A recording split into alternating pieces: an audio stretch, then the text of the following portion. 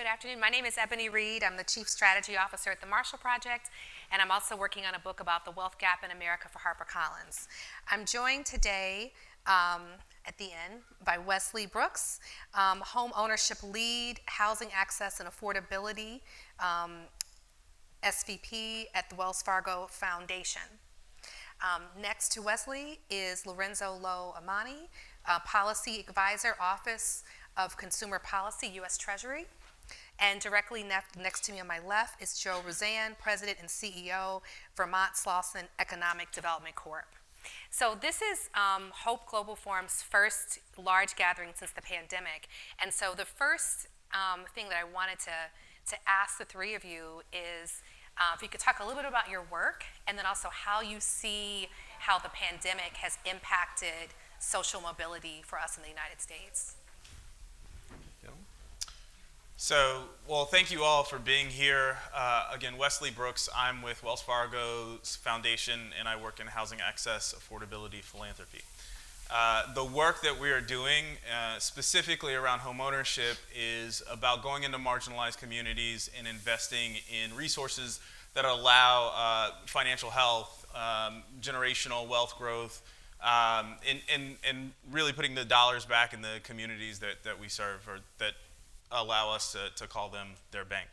I think one of the things that coming out of the pandemic, homeownership was proven to be one of the more important factors in how successful folks were in surviving the pandemic.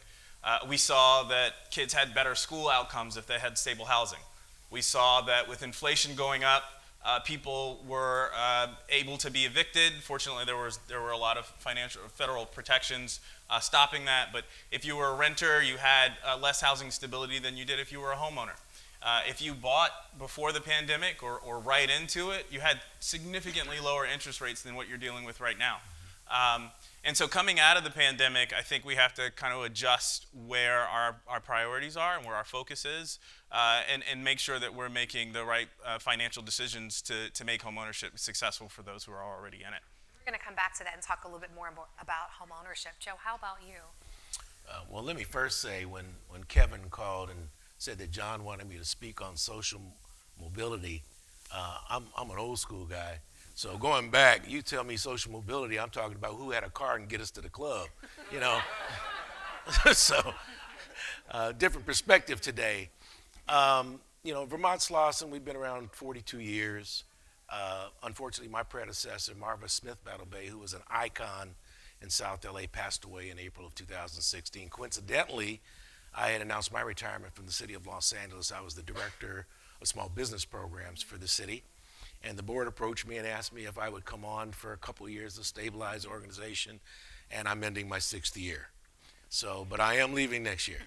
But I think in terms of the pandemic, one of the things that we had the benefit and we were blessed to do is before the pandemic, we had started taking all of our trainings and making them virtually and we did that because we had 2/3 of our clients in small business development and TA, technical assistance, were women. But the attrition rate and the retention rate was poor. We were losing them. We started doing some analysis of why that is. Single moms trying to come home, take care of their children, get the meal ready, go to the second job. So we knew that if we wanted to increase those numbers, increase participation, we had to do something differently. So we had gone hybrid before the pandemic. So I think that was one of the best things we could have done before everyone started converting to Zoom calls and virtual training and Microsoft and et cetera. Thank you. Zoe. So good afternoon, everyone. I'm just really thrilled to be here. And to your point, Ebony, it's just fantastic to be here in person with people. And I'm Lorenzo Amani. Feel free to call me Zoe. I'm really excited to engage with everyone today to come up with some ideas for some of the most pressing issues in our economy. And so I work at the Treasury Department. I'm in the Office of Consumer Policy. I serve as a policy advisor. The Treasury, broadly speaking, works to support a growing economy by providing the necessary economic conditions and job opportunities to support American households. Also, the Treasury protects the integrity of the financial system, and we manage the U.S. government's resources and finances effectively. That is the goal. And my Office of Consumer Policy, we oversee everything that affects American households. More importantly, we oversee the Financial Literacy and Education Commission, or otherwise known as the FLEC. It's a federal body made up of 24 federal entities. The list goes on. It includes most of the federal financial regulators and the domestic White House Policy Council. And what the FLEC does, it tries to set the national agenda for financial literacy by gathering research and holding convening sessions and getting stakeholders in the room together to figure out what are the best practices in the field for financial literacy and education. And right now at the Treasury, we are thinking about a lot of issues. But with respect to the pandemic and how it has affected social mobility, I can talk, so I want to keep my answers succinct. But with respect to the pandemic and social mobility, the Biden-Harris administration in Congress pushed a lot of federal resources out to American households to support them throughout the pandemic and as we still move forward. And so there were a lot of financial resources. And this was a huge learning opportunity for people to understand, okay, what is the value of my home? What is home ownership? How do I save money? Or I'm not working anymore. What do I need to do? I need to be more resourceful. Do I borrow money? Do I, from my family? Can I get money from a lender, et cetera? So right now, we are really focused on building on best lessons learned and trying to help American households learn more about the tips and tricks while also working with our federal partners to enhance consumer protections, because there are a lot of unnecessary frauds and scams affecting some of our most vulnerable households, including older adults and senior citizens. So.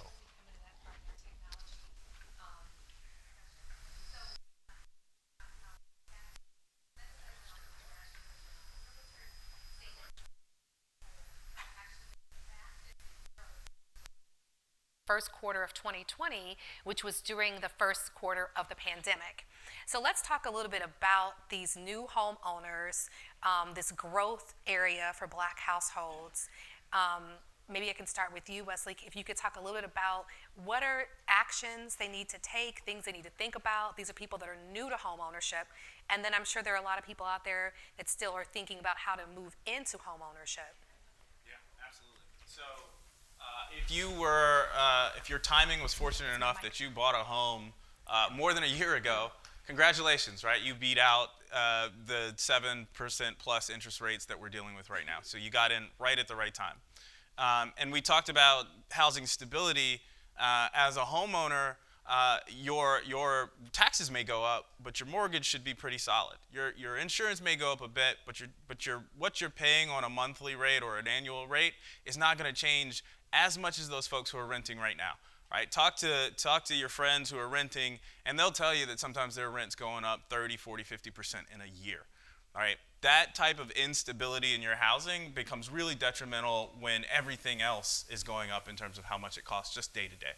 So now you're in a house. The downside to that is now you're responsible when stuff breaks. So I would encourage folks to make sure they're keeping an emergency fund. Those type of dollars and having access to that is really critical in making sure that you can keep up with your home. The second part of that too is there's a lot of resources in your community. I know that we are coming out of a period where there was an eviction moratorium, and now we're seeing the eviction numbers start to go up. So I want to encourage folks back home to get in touch with the legal aid organizations that are in your markets if you're facing any of those eviction scares. I will point to my colleague Connie Wright that manages our portfolio at Wells Fargo, but we do a significant amount of philanthropic work with legal aid organizations across the country to make sure that they are able to stay in their homes. And then the last thing is almost a bit of a plug. We have got to close the racial homeownership gap if we're going to make a dent in the racial wealth gap. And so I'm happy to let the room know, if you haven't already, we launched an initiative earlier this year. It's called our Worth Initiative, and it's wealth opportunities realized through homeownership to create 40,000 new homeowners of color in 8 different markets across the U.S. by the end of 2025. Thank you. And those are community-led initiatives. We went to 8 different markets, Atlanta being one of them, and saying, what are the barriers that are in the way that keep Black and brown households from being able to buy houses? And they came up with a plan and we funded it. And so we're excited to work with those organizations going forward. Thank you. Thanks, Wesley. Zoe, let's talk a little bit about the financial literacy programs that the Treasury has, because we have a population of people that may want to engage in home ownership, but may not have all the tools and knowledge that they need with financial education. We also have a population of people, I'd be remiss if I didn't mention that the Marshall Project, where I'm Chief Strategy Officer, focuses on the criminal justice system. And so we have, thank you for the Marshall Project. So we have a population of people that are exiting also from incarceration, and they're trying to get their finances together too. So can you just talk about some of the programs that people need to know about that the Treasury has? Absolutely. And we work with the FLEC 24 federal entities, and they all have their different websites and platforms. The Fed does a great job with their educational resources, and these platforms have resources all the way from K to 12 to older adults to survivors of domestic violence, veterans, etc. The list goes on. So we collect a lot of these resources and we put it on mymoney.gov. So that's like the one-stop shop for all resources regarding financial literacy. But it's very different for different individuals depending on where they are in their particular moment in life. And what we try to do is just connect people to those resources. We don't do outreach per se on our end, but we work with our federal partners. So for instance, HUD is doing a really cool program. They're doing pilot projects in St. Louis, and they're trying to bridge the wealth gap by providing more home ownership counseling to individuals and households who are almost ready to buy a home, but we've had conversations about, wait, we shouldn't just wait until they're ready to buy a home. We should give people this counseling ahead of time, so maybe 3 years prior to you're ready to buy a home, you can start thinking about the things you need to do, saving money, building your credit, and managing your finances, and also looking for these programs out in the community on a local state government level about the down payment assistance programs, seller financing, a lot of other initiatives that are out there to help people. And we just try to be like the clearinghouse, if you will, to bring those resources together. Specific to your last point, this is a new initiative that we are very interested in how those who are involved with the justice system have access to bank accounts, credit, financial information, when they leave, because recidivism is very high. And so we are not supporting this particular group and without giving them the right financial tools. And what I've been pushing for is that, hey, we don't need to wait until these individuals are on the outside. What are the types of things? What are some CDFIs, banks? What are they doing? How can we get them involved in providing some of these resources before these individuals get on the outside? I apologize if I'm not using the correct terms, but I think you all understand where I'm coming from. It's just trying to get them the resources before they leave. So when they get out, they have maybe not just financial resources, bank accounts, they have their driver's license. They have their social security cards. They have a bank account. They might have some job skills. They can get out there and become productive members of society, as opposed to people being thrown out there to the wolves, going back into their old ways, and then going right back into the system. So that is an initiative that we are working on. It should be something that we prioritize in 2023. May I just add one Yes, thing to please that? do. I think what Zoe's mentioning is extremely important.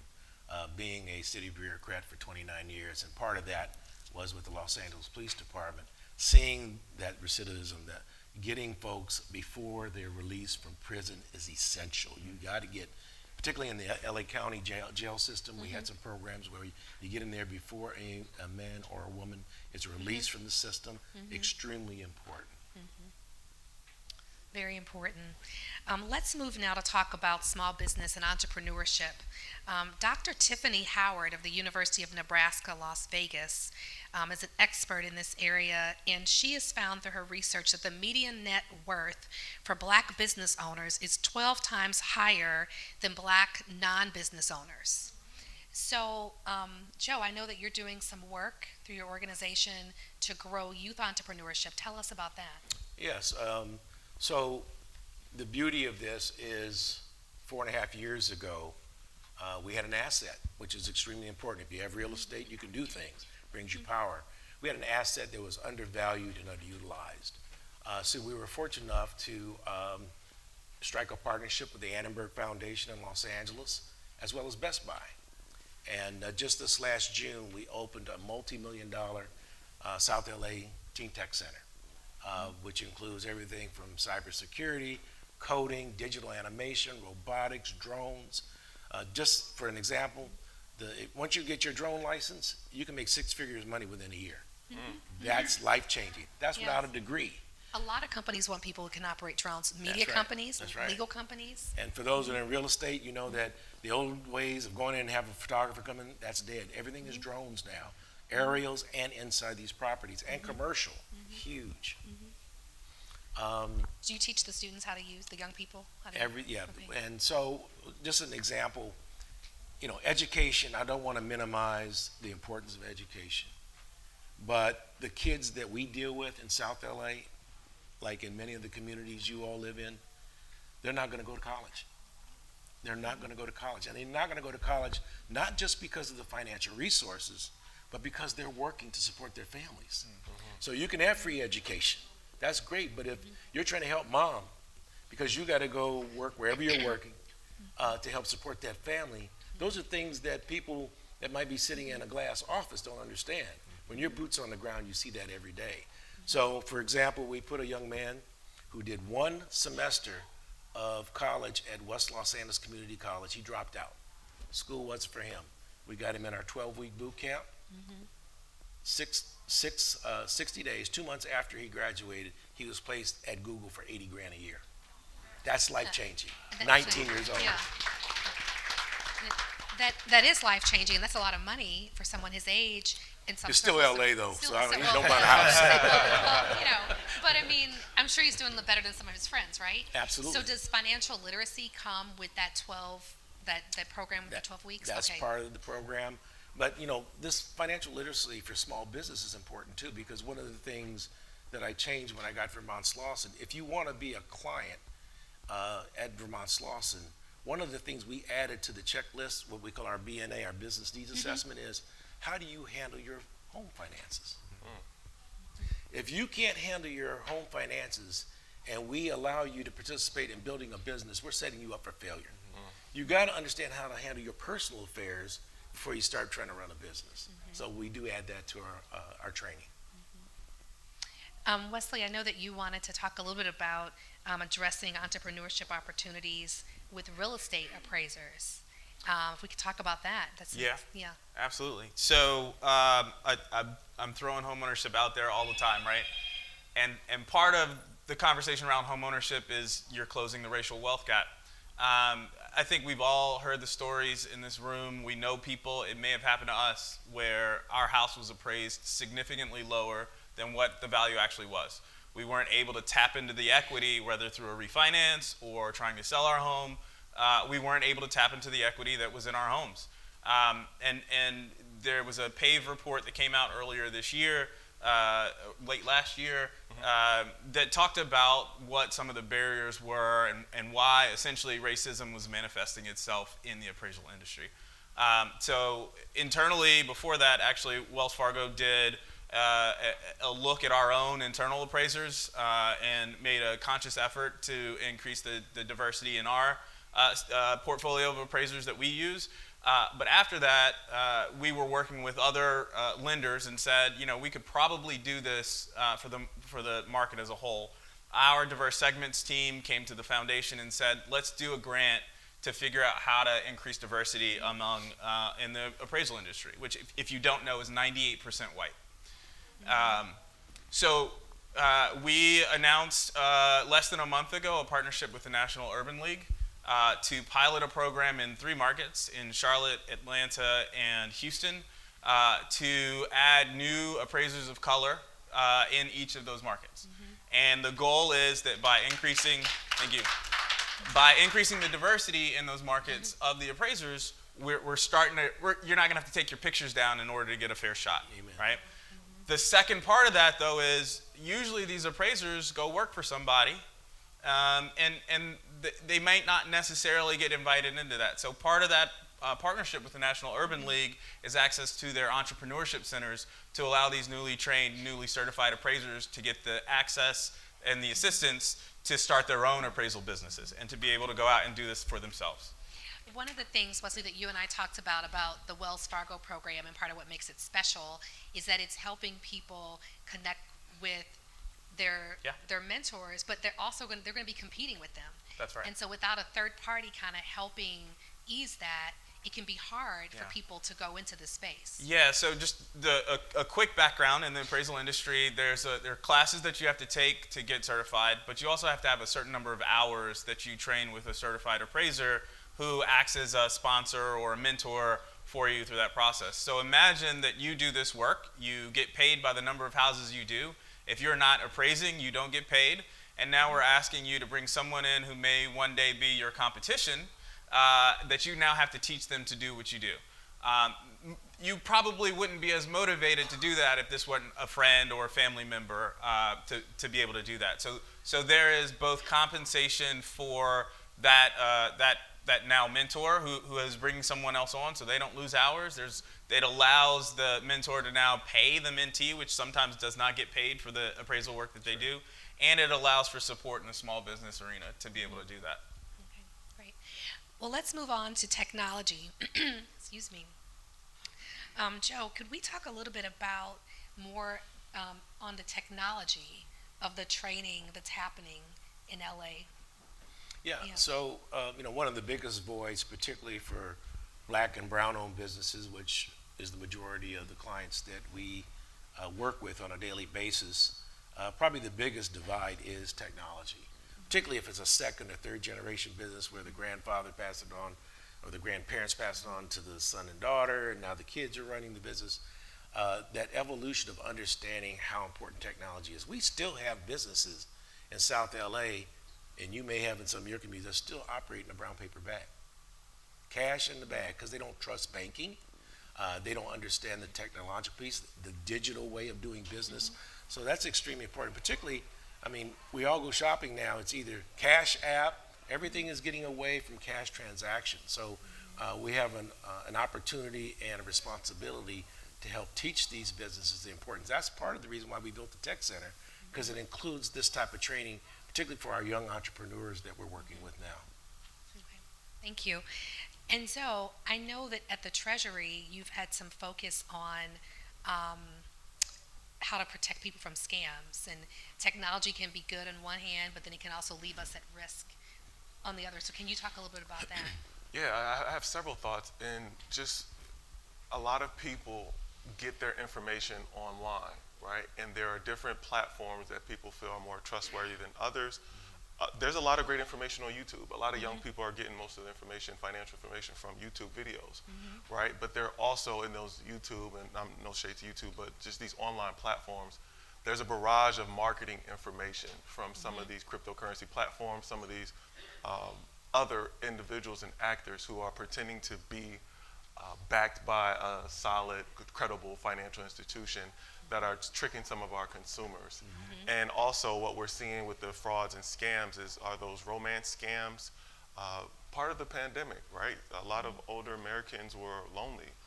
They couldn't see their family and friends. And a lot of us did not want to put our loved ones at risk by traveling there. So there was a huge rise in these romance scams where these scammers would befriend these older Americans. They would communicate with them, spark up a relationship, and then it would turn into a loving relationship, whether it's a partner to partner, or they would feel a sense of belonging to these individuals. And then they would slowly get access to more of their background and start to say, hey, I need about $10,000 here. Can you help me out? I need $5,000 here. My car broke down. And because these older Americans felt like they couldn't be in touch with their loved ones, this digital person that they just met filled that void, and they were succumbed to scams, and it still goes on. And one of the gut-wrenching things that we're learning is that some of these older Americans are losing their retirement, all their life savings, and they're getting scammed multiple times. And that's the thing that gives me the chills, and it encourages me to do the work that we're doing. So I serve as the Treasury representative to the FTC advisory group in pursuant to the Stop Senior Scams Act that was passed by Congress recently. So we're very proud of that work we're doing, and we definitely understand how technology is enabling a host of scams. And this is the other part that's gut-wrenching too, that I hope you all start to look at this and think about this in your communities, is that oftentimes there's no recourse. Well, you and I talked about that in regards to some of the things that have happened with Bitcoin and some other, things. So a lot of people aren't getting their money back, and you Right. go to the police or they can't help you because it's digital. They can't trace it, and even with these cryptocurrencies, it's hard to trace. So that's the flip side of the decentralization of cryptocurrency, and so yeah, it's very tough, and we're very passionate about this. We care about it a lot. We want to make sure that we can protect American consumers, and particularly older adults. Thank you. Well, I think now we're moving into the exciting part, the additional exciting part of our gathering today, the idea session. All of the panelists have told me to let you know we're all on LinkedIn. They welcome you connecting so we can continue the conversation. And certainly, if you connect with me and send me a note, I'll be happy to also send you information on my book project about the wealth gap. Natalie, back to you. Thank you all, and thank you again, panelists and moderator, for joining us today to bring your ideas. So now we move into the active engagement part of our opportunity today to generate ideas. The purpose of the Idea Lab is to bring your ideas along with the knowledge and ideas of our moderator and our panelists to our partners to help facilitate the ongoing research and education agenda for 2023. So you all are here to help bring that to fruition. So give yourselves a round of applause for being here today, because you're going to do the work.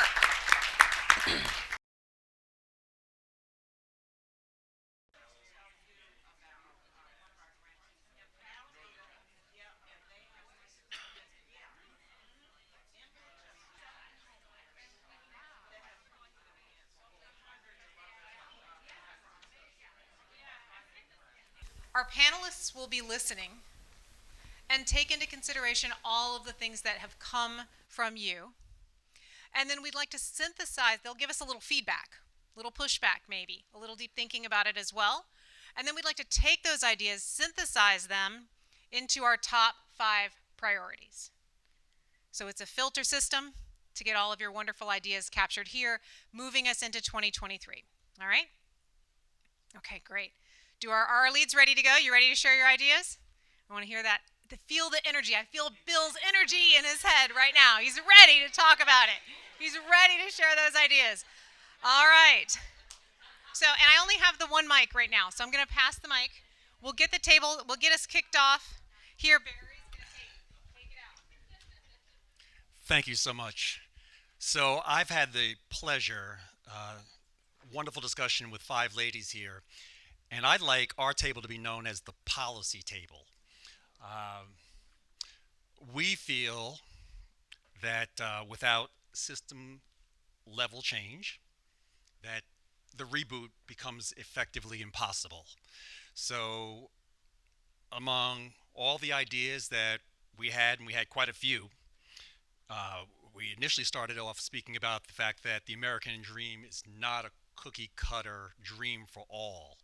And while there are some definitive ideas of how we all can succeed, everybody doesn't have the same desire and the same goal in life. So we'd like to be known as the policy table again for the fact that we don't believe that the advancement of society and the advancement of individuals is possible without effective policy that allows lending institutions and businesses to accept all and meet people where they are, right? So there was particular discussion about people who just don't have all the requirements and all the,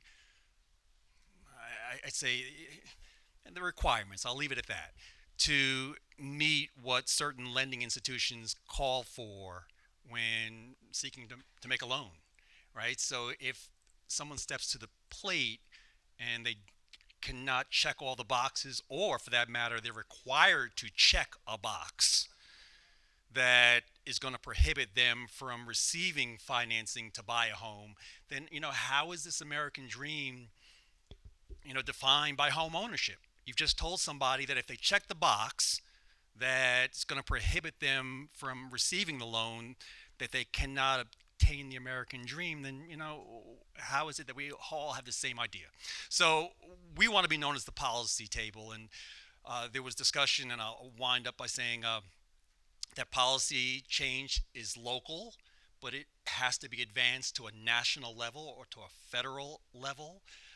We have to start at home, but as I have a banking professional at the table, even when policy change is made locally, if it's not changed on a federal level, it's still going to then prohibit national and federal institutions from participating. So we're the policy table.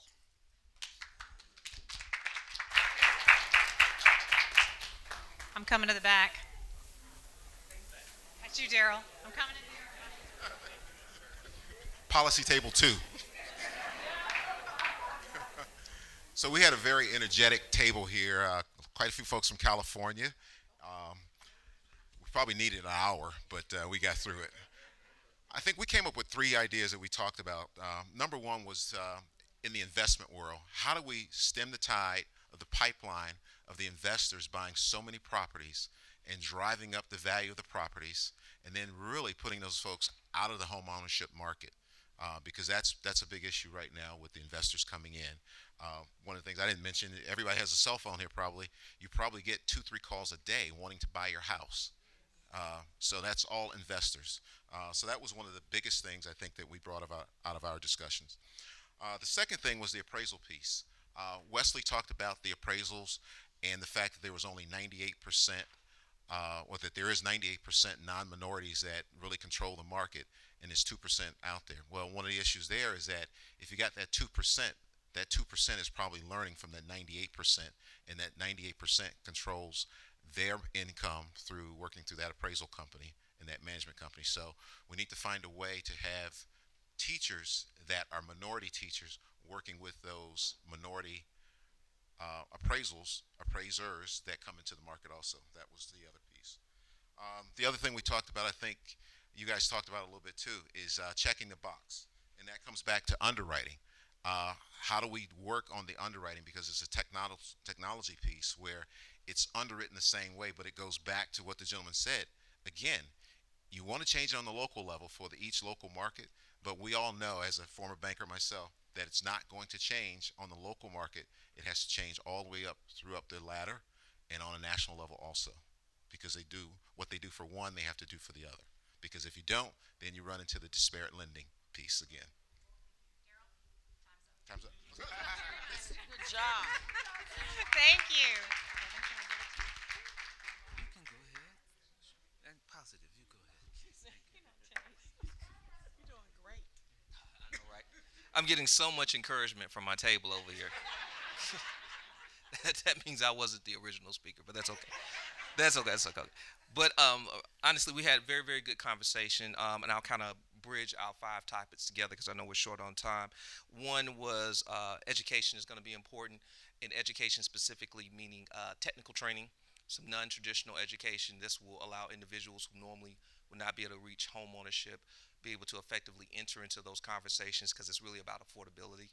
And so with affordability, the educational piece has to be affordable as well. So we have to make sure that there's affordable education for these individuals to be able to make those wages that they need to have. Also, educating individuals within the prison system. That's going to be key, because we have individuals trying to re-enter our society, and how do they fairly re-enter our society if we can't teach them financial literacy, and also give them some good opportunities. Also, with that literacy itself, in and of itself, is important. Now, give us that stat one more time with literacy. The stat with literacy about individuals before they actually third grade. Third grade, if they don't read at grade level by the 3rd grade, then the number of prison beds going to be needed by illiteracy. Thank you, sir. Last 2 things, stopping Band-Aid organizations, meaning that organizations that may be there but not necessarily effective. The young man gave an example of an after-school program that allowed him to be there, had a computer lab that was never utilized. Everyone was just allowed to play basketball and do those things. Keeps you off the street, but it's not really giving you the impact that it needs. And the last piece is going to be technology, bridging the gap between the old ways, between balancing a checkbook and managing your check account online. The concept and the underlying premise is still the same, so the education needs to be there. Thank you all. You all are keeping it tight. Let me thank you so much for getting to your deep ideas and keeping it tight between coming to this table. Yes. We want to bring back get our imagination back. We have to remember that we've identified 188 cities that had black business districts that were successful despite Jim Crow and despite all these things. We talked about the need to actually look at the local environment is actually where most of this has grown, and looking at most of these areas had areas that under urban renewal suffered through eminent domain, and they still to this day lie in the same fallow that they were then. And so what we're looking at is one with our people actually one acting more like a conglomerate. In the back in the days, W. Du Bois spoke of group economy. What every other ethnic group does is they operate as a group economy. So for us, we already have the blueprint in all of our communities for doing this. I think sometimes we because we forget that we've done this already, we're trying to reinvent the wheel, and we also, in our minds, limit ourselves to having to utilize the tools that exist right now as how we get there, as opposed to the past, off of just our utility and group economy, we were able to finance our businesses and do things. So I think that just we can't forget, and so we need to look at what's been done, speak to our elders who lived in those days, remember what it was like, and act in the same spirit of enterprise which exists already in our community.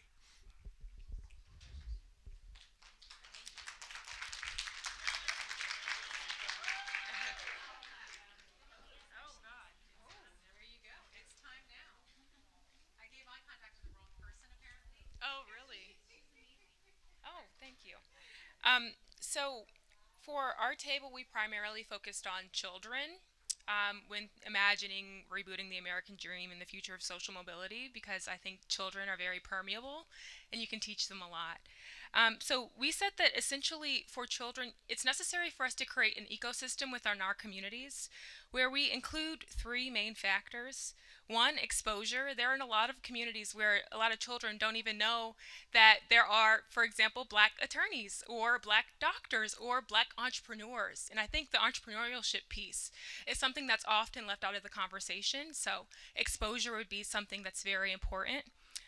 Next, financial literacy. I think that all of our panelists discussed financial literacy to some extent, primarily focusing on like older generations, but also for the youth. And for today's youth, it'd be important for us to think about ways to include financial literacy in their everyday interactions with each other. So, for example, like TikTok was something that came up. Also, like VR or like gaming systems, finding ways to include financial literacy in a fun and engaging way so that students or children are engaged and want to learn, and then the things that they learn become ingrained in their everyday thoughts. And then the last piece, which this lovely lady presented to us, is stress management. Because even though we can even though we can strive and actually achieve certain goals, if we're not able to sustain it, then it doesn't matter. And a lot of times we're not able to sustain because of stress, whether that's mental health, that leads to mental health issues such as anxiety, depression, and sometimes suicide. And that's for the black community and other communities.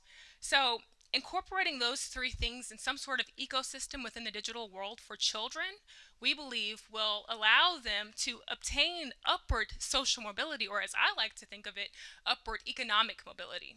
So, and then the last idea that we had was for John Hope Bryant to maybe one day consider putting on a Hope Youth program, because exposing the youth at a young age, I don't know, that would be like a drop in the ocean, and he'd create riptides for future generations. So those are some ideas that came up from our table.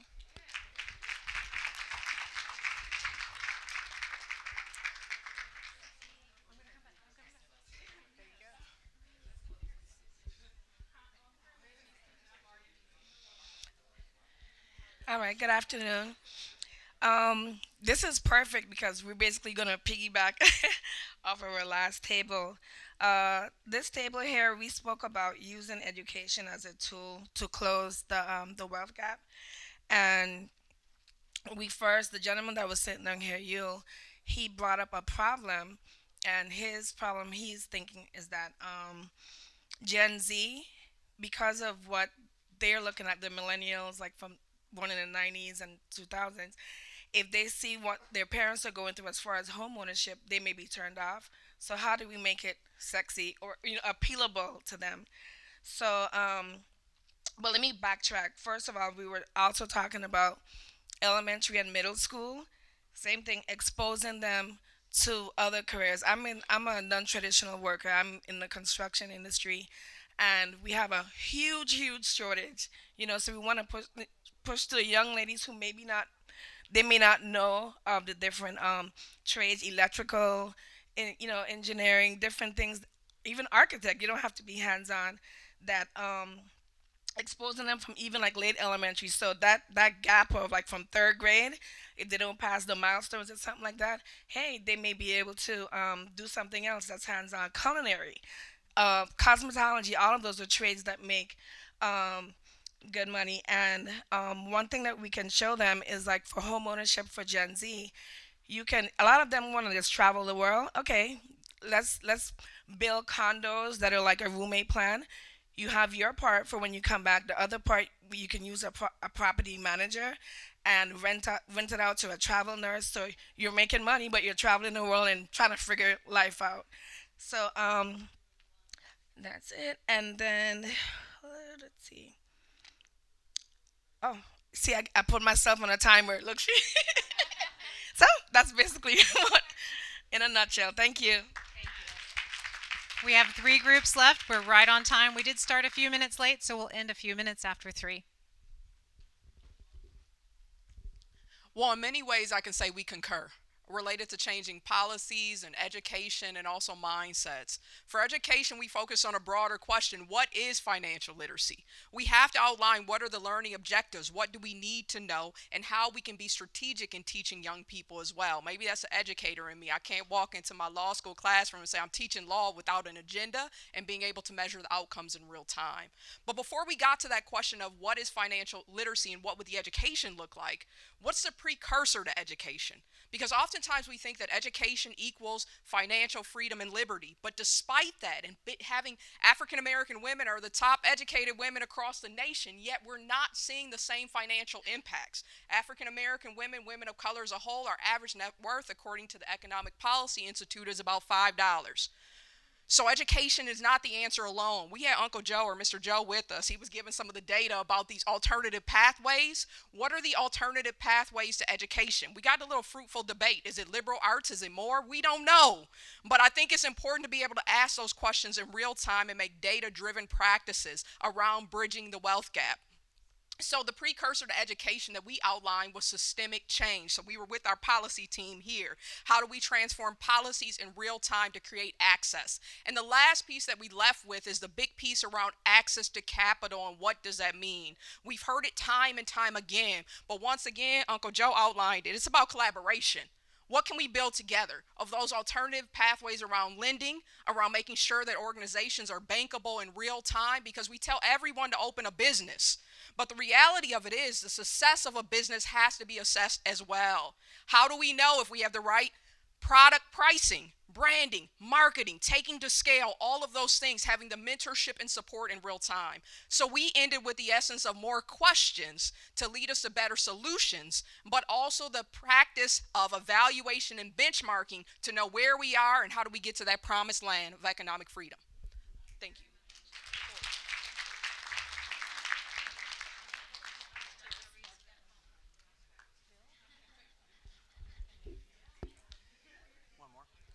So it is encouraging that a number of tables were actually overhearing our conversation, so thank you all. Because we talked about financial literacy, one of the key themes we had was meeting people where they are. So not everybody has an access to a computer, not everybody has access to a cell phone, so making sure that whatever policy solutions we have or whatever tools we have are able to work both in a digital environment and in a physical environment. So that was number one. Number two was this idea of incentives and innovative ways of learning. So obviously trying to put into practice programs that encourage people to move to the next level.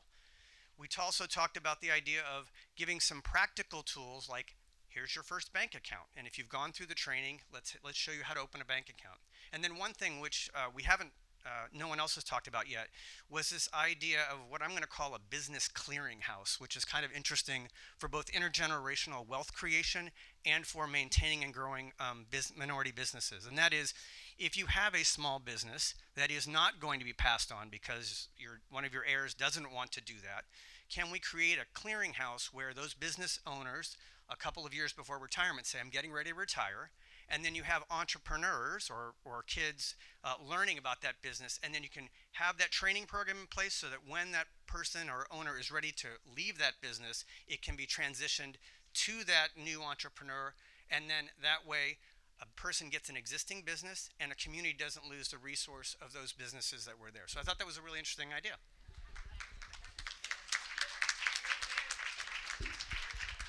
Please correct me if I'm wrong, but I believe this is our last table. No pressure at all. And I wish I can be as eloquent as some of the other section leaders, but everything that everyone has said is obviously resonated with this table as well. So yes, we were listening, we were overhearing some of the things that you were talking about. But for this table though, it really kind of centered around when we talk about financial literacy. We started with a problem, and that problem is bridging the digital divide. Like, how do we bring people back together? And so that led to a little deeper conversation around how do we create infrastructure where we do bring people back together. And there were several ideas, but the one idea that seemed to resonate with this table more than anything else was really based on something that I think Joe said earlier, and that's building teen centers, like building actual teen centers. And when I challenged the group to talk about, okay, well, who's going to build these things in all of these communities after it's identified that it's a need, who's going to do that? And the answer really is us. There are underutilized buildings everywhere. Including public schools. As things get redistricted and as kids get pushed out here and there and et cetera, it's creating these vacant spaces, and these spaces are perfect for someone being able to utilize them for their intended purposes. And so as taxpayers, obviously, we should be in a position to where we're pressuring school administrations and business leaders and municipalities to help utilize those facilities for their intended purpose and create spaces where teens can learn employability and the vocational skills and understand what the effects of crime and career pathing, et cetera, all of the things that everyone talked about. So that's essentially what he shared.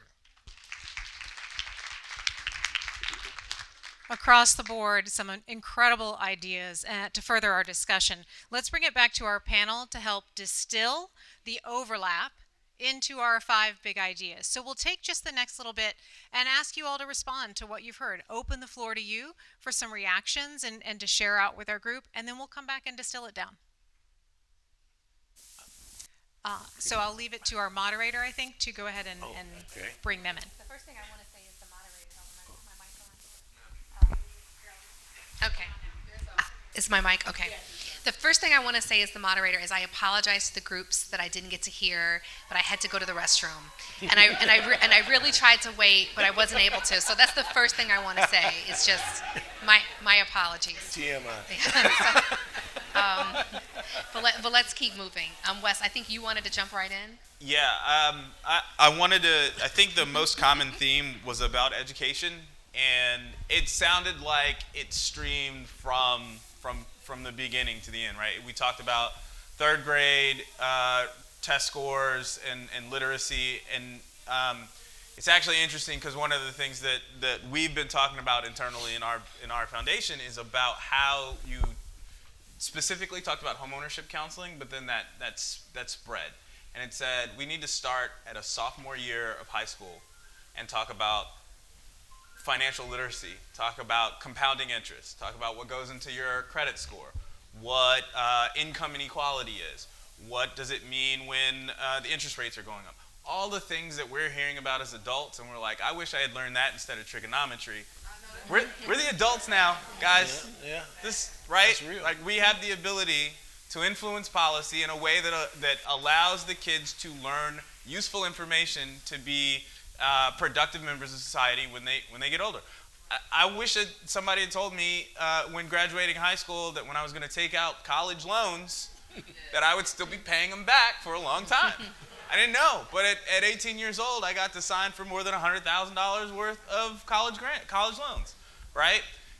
We don't allow kids to make uneducated decisions like that, and we shouldn't. And so I think education starts at obviously early on, but when we're talking about grown-up decisions, if I'm expecting someone to be a grown-up at 18, I need to teach them how long before that. And I was just going to say, Joe, this is right in the area of youth, which is where you're focused. brother there was talking about our South LA Teen Tech Center. I'd be remiss if I didn't tell you how important this was. The designer for that tech center was a black architectural firm. The person that built that tech center was a black woman. That is crucial for reinvesting back in our communities because there's only 7% African Americans in the trades in California that are black. 7% of labor in the state of California construction. So, we got to make sure that we're reinvesting back in the people in our own community that are doing this work. I'm kind of partial, I got to tell you, just Dr. Tyner said something, and I'm partial because I sat at their table. But the group here really identified something in education. We tend to put education, at the top of the throttle, and then these subsets underneath it. If you don't do that, you can do tech, you can do construction. These things need to be at the same level. Absolutely. And we've got to have systematic change, and the voices, Dr. Tyner, you and your other colleagues in your field, you can affect that change. And I think that's the message we got to give to the same curriculum every year. We get a degree. I was telling the group here, I have a niece. She's got a degree in liberal arts 3 years ago. She's an administrative assistant. She's been trying to find her penetration point for 3 years. So that's my piece. I mean, those are two tough acts to follow, but I have about 6 themes that I heard. I heard education and career training. I heard financial literacy. I heard the housing appraisal issue. That's really important. Treasury's interested in that. I heard access to capital. I heard safe spaces in person and online. Someone brought up the digital divide. The young lady here up front with the glasses, you brought up something really important about education. And just piggybacking on what Joe is saying, there are alternative ways of educating people, but the outcome should be, do these people have new habits? And is understanding their finances habitual, it's cultural, it's a norm, as opposed to you take a test, it's a pre-test to see how financially literate you are, and then take some classes and a post-test, and then you go off. We need to do more research on like longitudinal research to understand how people are faring after, like you mentioned, benchmarking and doing more research. We need to figure out what's actually sticking, and are people developing the skills and habits, because there are millionaires living paycheck to paycheck. Just because you have more money, that doesn't mean you're not living paycheck to paycheck. So we, as a culture, society, have to think about how we improve upon people's financial habits. So I'll just stop there. And I heard a data-focused agenda up front too. I heard that let's let the data guide the direction that we need to go. So I just wanted to highlight that. Absolutely. Great point. Okay. I was just going to say, Natalie, back to you. So I'm getting the push on time. Even though we had to start a little bit late, they do want us to wrap it up. So what I'd like to do is bring us to those 5 ideas, and I think you all really started to touch on that, especially Lawrence, the last list, right, that we got. What are the 5 big ideas, our primary focus for 2023 that we can put up on this board around the topics that you discussed today and take away from this conversation, take it to our partners, take it to our policymakers, and impact change?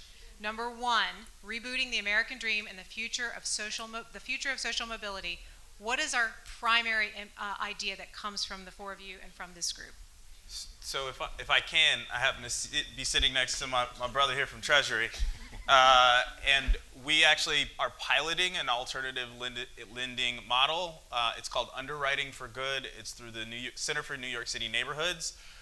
And so I heard someone talk about other methods to calculate someone's creditworthiness, checking that box or what those boxes are. So hopefully we can share the lessons learned that come out of that, and we can share with the regulators so lenders like Wells and other institutions have the ability to be more flexible. Give me a summary idea. Alternative lending strategies. Thank you very much. Perfect.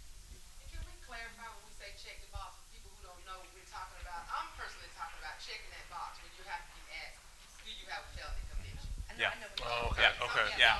That's important to bring very up. important. Did you get that, Ban Hannah? the box, I think, but yes, please. Just want to make sure our record keeper over here has that check the box and what it means under this big idea for reentry. Beautiful. Thank you. Idea number 2. What is our next big idea? I would say changing the message about what a career pathway is.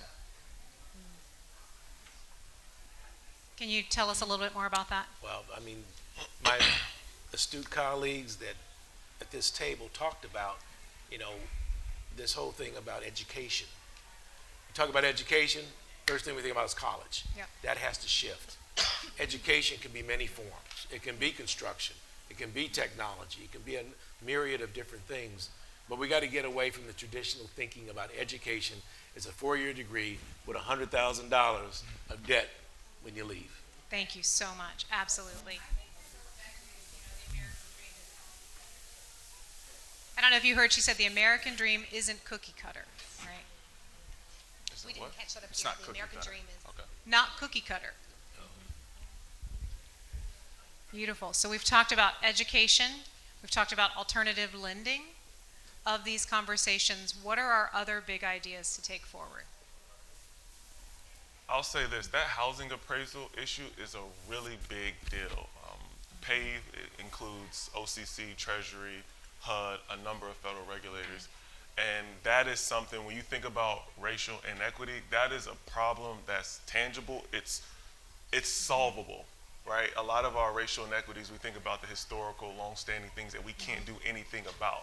But this particular area is a opportunity for us to address something that can make real change. So I think understanding, just helping people understand that, hey, like the consumer education, that your house might not be appraised at its value, and how do they seek recourse doing so? The gentleman at the table, they had a great conversation at the back table. I want to give them a shout out. But I think that's really important. So I'll leave it with that. She said, how would we distill that? Well, it's more than that. It's also transforming the appraisal industry. I think so. I think so. Thanks, Ebony. I appreciate So it's not just the appraisal education and bringing a diversity to the appraisal team structure. It's also the education and the policy. the Sorry, training, I completely started thinking. the industry as itself, because Industry. it's not an industry that's really talked about. It's not really visible. Right. We haven't come to, I heard a conversation at this table around black businesses and the history of black businesses, and we haven't really talked much about that in this space to unpack, but you came out of the conversation ahead. As we think about the last two primary initiatives or big ideas, does that play part of the role in this conversation as well? Or what other ideas are you bringing, would we like to take out of this conversation moving forward? Well, I don't think it was said in any of the tables so far, but if you don't know who your CDFI is in your community, you're missing out on an opportunity. Traditional banking is a challenge for black and brown owned businesses, particularly for black folks. And so the CDFIs, if you don't know much about them, do your research, know what they do, and know who the folks are in your community. There's good news and bad news about Vermont Slauson. We are a CDFI in South LA. The bad news in the immediate area of South LA, we're the only CDFI serving South LA proper. Yeah. I think what I heard from that group was the term group economy. And I think that I happen to be lucky enough to be sitting by that table when they talked about the networks of black businesses and how they would rely on one another for being able to buy things in bulk, to combining resources, creating their own lending or borrowing entities and being able to support one another instead of being competitors. And I think that does not, it can't get missed as well. Those CDFIs are in those communities to do similar work. One other idea that I'm hoping we can push just for a little bit more exploration, and I don't mean to lead the conversation this way, but I still keep thinking about that technology piece that I heard as I walked from table to table to table to table. How do we continue to foster the conversation or equity work around this access to technology that you have talked about so many times, and does that play a role here in these 5 big ideas? Where does that manifest in this list? It doesn't need to, but it's something that I haven't heard, and I have it in my notes a few times from tables. Well, I think the tech piece is a part of it, but I think everything that I've heard today There's another word starts with an A, and that's advocacy. And that's the key piece is advocating, being bold. You know, don't take no for an answer. Push the envelope. I mean, this is what John talks about all the time. That's why Operation Hope exists. It's about pushing that envelope. And so advocacy to me is a key component to all the work that we've talked about doing in every area. And collaboration. Are there any final points from the group that you feel haven't made it to this board as our panel is beginning to distill these ideas for us? Something that's a burning question, a revelation that you need to bring before we leave this room. Yes.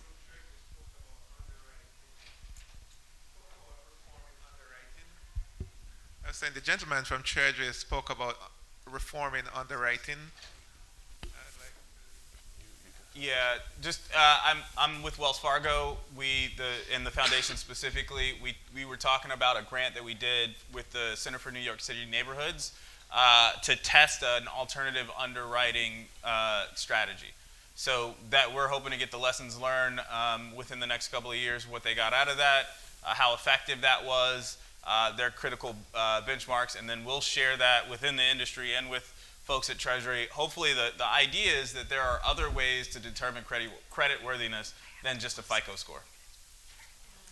Thank you all so much. I hate to have to wrap this up. It's been an amazing discussion. We are 7 minutes over, and I'm getting in trouble. So please hound them in the lobby. They will be around. And thank you to our panelists and to you all for your ideas. That was good. That was good.